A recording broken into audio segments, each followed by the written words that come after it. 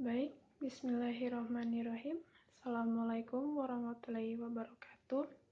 Perkenalkan, nama saya Salsabila Sani, Stambuk, A1-19054, kelas C, jurusan Agribisnis, Fakultas Pertanian, Universitas Halu Oleo. Tujuan saya membuat video ini untuk melanjutkan pembahasan materi tentang manajemen strategis. Baik, berikut adalah pembahasannya. Pembahasan yang pertama mengenai konsep dasar manajemen. Manajemen adalah proses penggunaan sumber daya organisasi untuk mencapai tujuan organisasi melalui perencanaan, pengorganisasian, pengarahan, dan pengendalian. Kemudian sumber daya. Sumber daya adalah seluruh aset yang dimiliki organisasi, meliputi sumber daya manusia, bahan baku atau mentah, mesin, informasi dan keterampilan, serta modal keuangan. Kemudian ada manajer. Manajer adalah pihak atau orang yang bertanggung jawab dalam mengawasi penggunaan sumber daya organisasi untuk mencapai tujuan organisasi. Berikut fungsi-fungsi manajemen. Fungsi yang pertama yaitu perencanaan. Perencanaan adalah proses yang dilakukan oleh manajer untuk memilih dan menetapkan tujuan-tujuan organisasi serta menentukan metode atau cara terbaik untuk mencapainya. Pertanyaan yang harus dijawab dalam proses perencanaan yaitu 1. Tujuan-tujuan apa yang ingin dicapai? Kemudian kedua, bagaimana cara mencapai tujuan tersebut? Ketiga, bagaimana sumber daya akan dialokasikan? Perencanaan menentukan seberapa efektivitas dan efisiensi organisasi serta menentukan strategi organisasi tersebut. Kemudian fungsi yang kedua yaitu pengorganisasian. Hal-hal yang dilakukan dalam pengorganisasian yaitu 1. Penentuan sumber daya dan kegiatan yang dibutuhkan untuk mencapai tujuan organisasi. Kemudian kedua, pengelompokan seluruh personil ke dalam kelompok kerja atau departemen sesuai tujuan organisasi.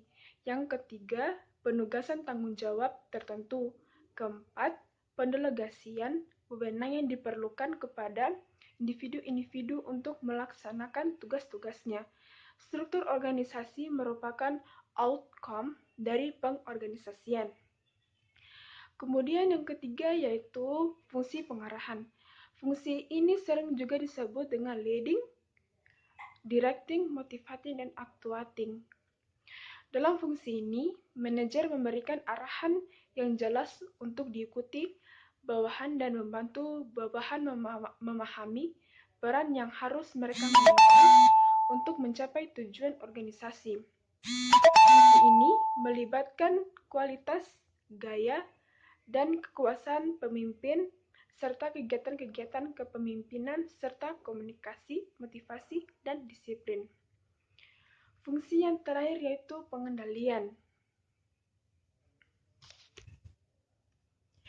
Manajer mengevaluasi seberapa baik organisasi dapat mencapai tujuannya dan dapat menentukan tindakan korektif yang harus dilaksanakan untuk meningkatkan kinerja. Langkah-langkah dalam pengendalian yaitu 1. Penetapan standar, pengukuran kerja, pembandingan standar dan aktual, kemudian melakukan tindakan koreksi yang diperlukan. Pengendalian dapat dilakukan pada tingkat individu, departemen, maupun organisasi. Kemudian kita membahas tentang tingkatan manajemen. Organisasi memiliki 3 tingkatan manajer, yaitu 1. Top manager. Top manager yaitu manajer eksekutif yang bertanggung jawab atas kinerja organisasi secara keseluruhan. Mereka yang merumuskan tujuan organisasi dan memonitor kerja middle manager. Yang kedua, middle manager. Middle manager yaitu manajer yang bertanggung jawab atas penentuan tujuan sesuai dengan tujuan top manajemen. merencanakan dan menetapkan strategi subunit untuk mencapai tujuan tersebut. Kemudian ada tingkatan first line manager. Manajer yang bertanggung jawab atas operasional organisasi. Manajer ini bertugas melatih dan mengawasi kinerja bawahan non-manajerial dan secara langsung bertanggung jawab untuk menghasilkan produk atau jasa perusahaan. Kemudian ada non-manajemen staff. Mereka adalah staf yang bertanggung jawab atas pelaksanaan operasional sehari-hari organisasi, bekerja sesuai dengan kalian masing-masing, misal tenaga produksi, tenaga penjualan, dan tenaga akuntansi. Kemudian kita akan membahas tentang tugas-tugas para manajer, yaitu 1. Manajer bekerja dengan dan melalui orang lain. Yang kedua, manajer memadukan dan menyeimbangkan tujuan-tujuan yang saling bertentangan dan menetapkan prioritas. Yang kedua, manajer bertanggung jawab dan mempertanggungjawabkan. Yang keempat, manajer harus berpikir secara analitis dan konseptual. Yang kelima, manajer adalah seorang mediator. Keenam, manajer adalah seorang politisi. Yang ketujuh adalah manajer adalah seorang diplomat. Kedelapan, manajer mengambil keputusan-keputusan yang sulit. Adapun kegiatan dan peran manajer yaitu 1. Kegiatan interaksional meliputi peran interpersonal, yaitu manajer yang berperan sebagai pemuka simbolis, pemimpin dan perantara organisasi dengan pihak eksternal. Kemudian ada peran informasional. Manajer berperan untuk memonitor aliran informasi, meneruskan informasi, dan menjadi juru bicara organisasi. Kemudian ada peran pembuatan keputusan. Di sini manajer berperan sebagai wirausahawan, berperan menangani kesulitan, mengalokasikan sumber daya, dan sebagai negosiator. Kemudian kedua ada kegiatan administratif.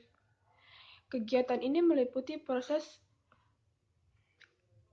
pemrosesan kertas kerja, penyiapan dan administrasi anggaran, monitoring kebijaksanaan, dan prosedur pemeliharaan stabilitas operasi.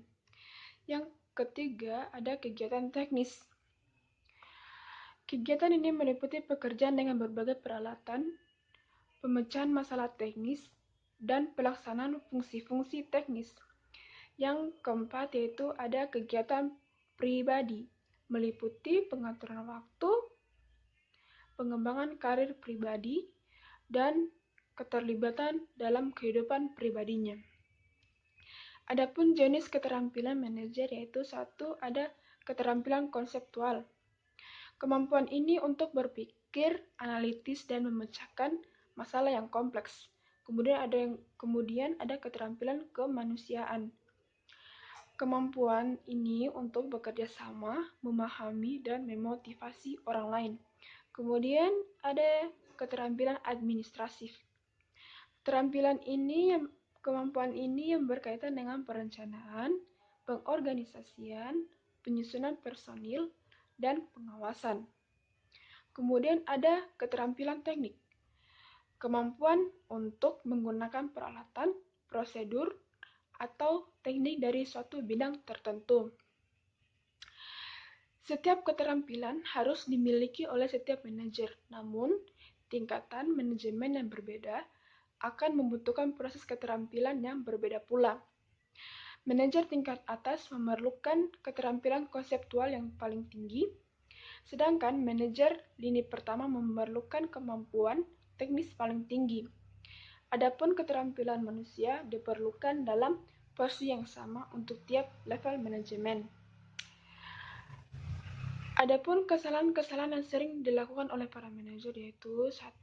Tidak sensitif pada orang lain, kasar, mengintimidasi, dan memiliki gaya membual. Kemudian ada dingin, menjauhkan diri, dan arogan. Kemudian ada mengkhianati kepercayaan, dan juga terlalu ambisius memikirkan pekerjaan, selanjutnya bermain politik, kemudian memiliki masalah kinerja khusus dalam bisnis, terlalu mengatur, tidak mampu mengelola staf secara efektif, tidak mampu berpikir secara strategis, tidak mampu menyesuaikan diri untuk memerintah dengan gaya yang berbeda, kemudian terlalu tergantung pada anjuran atau nasihat orang lain. Baik, itu saja yang dapat saya sampaikan pada pembahasan materi kali ini. Apabila ada salah kata, mohon dimaafkan. Sekian dan terima kasih. Wassalamualaikum warahmatullahi wabarakatuh. See you.